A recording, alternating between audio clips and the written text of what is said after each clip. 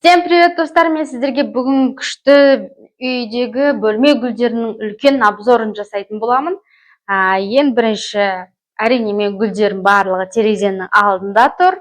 Сонда мен пердені ашайын, сөйтіп бөлме гүлдерін бәрін осылай түсірейін. Сіздерге көрсету үшін жерге қойып түсіріп, қазір обзор жасайтын боламын сіздерге бір-бірден. Ал ендеше, ой, ауыр өте. Кеттік ал.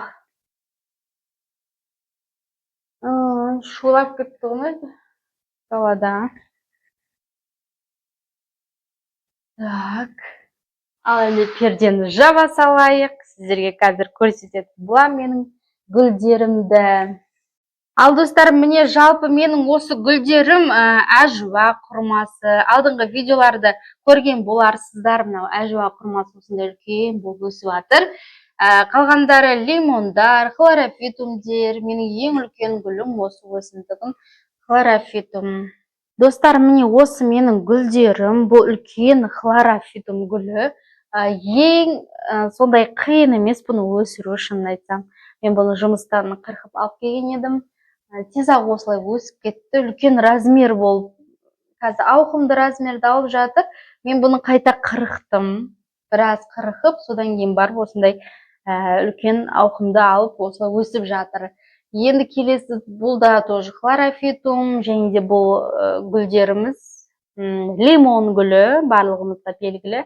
Лимонды өсіру туралы сіздерге мен көрсеткен болатын. Алдыңғы видеоларымды көріп шықсаңыздар, лимонды қалай өсірген туралы толық мәлімет тұр, және де өзінің қалай өсіру туралы түгел көрсеткен болатын сіздерге.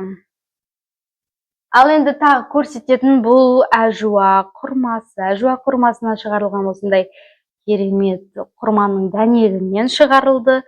Бұл әжуа құрмасында қалай өсірген туралы толық мәлімет менің видео YouTube каналымда. Алдыңғы видеоларымды қарайтын болсаңыздар, түгел барлығы тұр, қалай өсірген туралы.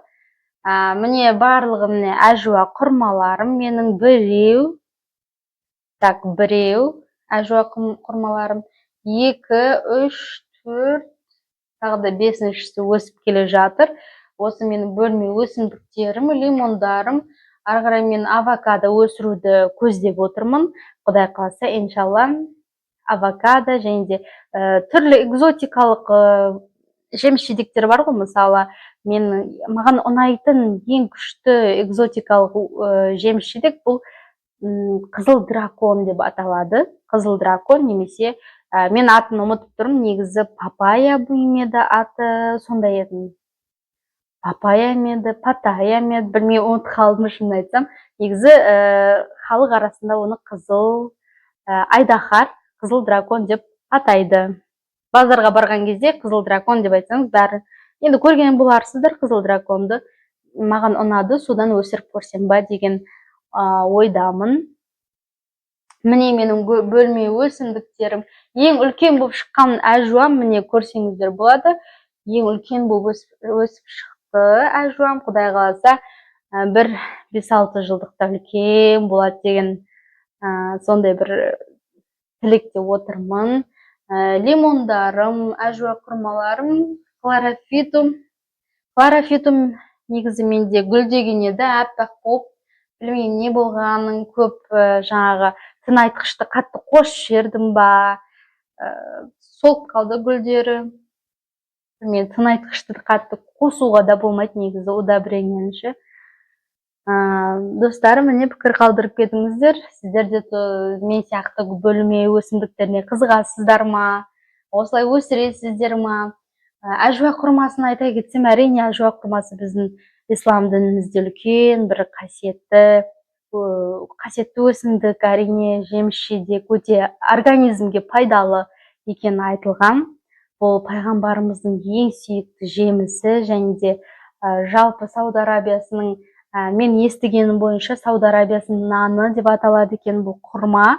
Жалпы шөлді аумақтарда және де Сауд Арабиясында бұл нан есебінде жүреді екен. Яғни ол жерде ыстық қой. осы құрманы. Жалпы көп жейді екен. Әрине арабтар құрманы әрине көп жейді ғой, және де бұл витаминге өте бай құрмалар. Бір құрманы жейтін болсаңыз, күніне әжуа құрмасынан сізді қанша сиқырдан сақтайды. Оны Google'дан іздеп қарасаңыздар болады. Мен қазір ұмытып тұрмын, бірақ әжуа құрмасының пайдасы өте зор. Біздің Құранымызда да жазылған әжуа құрмасы туралы. Сондықтан да мен әжуа құрмаларын осылай өсіріп жатырмын. Көп өсірудемін. Лимондарым шығып келе жатыр. Ең бір маған қиын түскен өсімдік, шын айтсам, лимон деп айтатын едім. Лимон өте қиын, маған өсіру қиын болып тұр. Өйткені бұлар, білмеймін, бөлме температурасы, менің бөлме үйдегі температурасына үйрете алмай жатқан сияқтымын. Көбісі солып қалып, сондай болып жатыр лимондарым. Жалпы айтайын деген, мен әріптестерім, жұмыстағы әріптестерім көбісінің айтатыны, және туыстарымның айтатыны, неге сен бөлме өсімдіктеріне сонша қызығасың, неге өсіресің, не сен кемпірсің ба дейді. Мен таңғалам, бар ғой, не үшін үлкен кісілер ғана өсіру керек па? Бөлме өсімдіктерін, мысалшы, бұл менің хоббиім, мен қатты қызығам, шын айтсам, бар ғой, өсіруге. Құрманың, мысалы, әжуа құрмасын мен өсіріп жатырмын ғой, соның қалай өсіру этаптарын, оның дәнегін бөліп алу, дәнегін суға салып қою деген сияқты, ол маған қатты ұнайды. Бұл маған ұнайтын процесс. Не үшін адамдар мен жазғыратын түсінбеймін. Егер сіздерге бөлме өсімдіктері ұнамайтын болса, басқаға тоже ұнамайды деген сөз емес қой. Мысалы, мен бөлме өсімдіктерімен айналысып жатқаныма уже 2 жыл болды. Осылай өсіріп, маған ұнайды осылай өсіргенді. Мен жазғыратын адамдарға мүлдем түсінбеймін, шын айтсам.